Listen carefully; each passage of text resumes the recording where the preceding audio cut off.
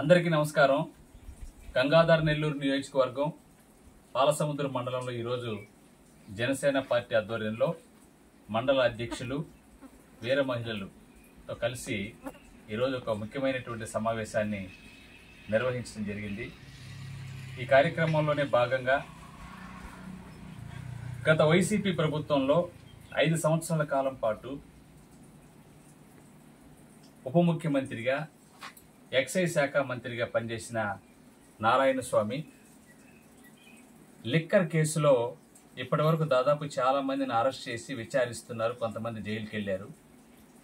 అయితే ఈ లిక్కర్ వ్యవహారంలో ప్రధాన సూత్రధారులుగా, ప్రధాన పాత్రధారులుగా ఎక్సైజ్ శాఖ మంత్రిగా ఉన్నటువంటి నారాయణ స్వామిని ఎందుకు బాధ్యులుగా చేయలేదు, అదేవిధంగా ఆయన బాధ్యత ఎంతవరకు ఉందో నిగ్గు తేల్చాల్సినటువంటి అవసరం ఉంది.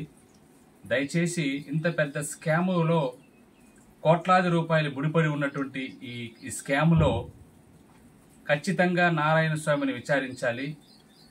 ఆయన పాస్పోర్ట్ను రద్దు చేయాలి. ఖచ్చితంగా అతన్ని విచారించి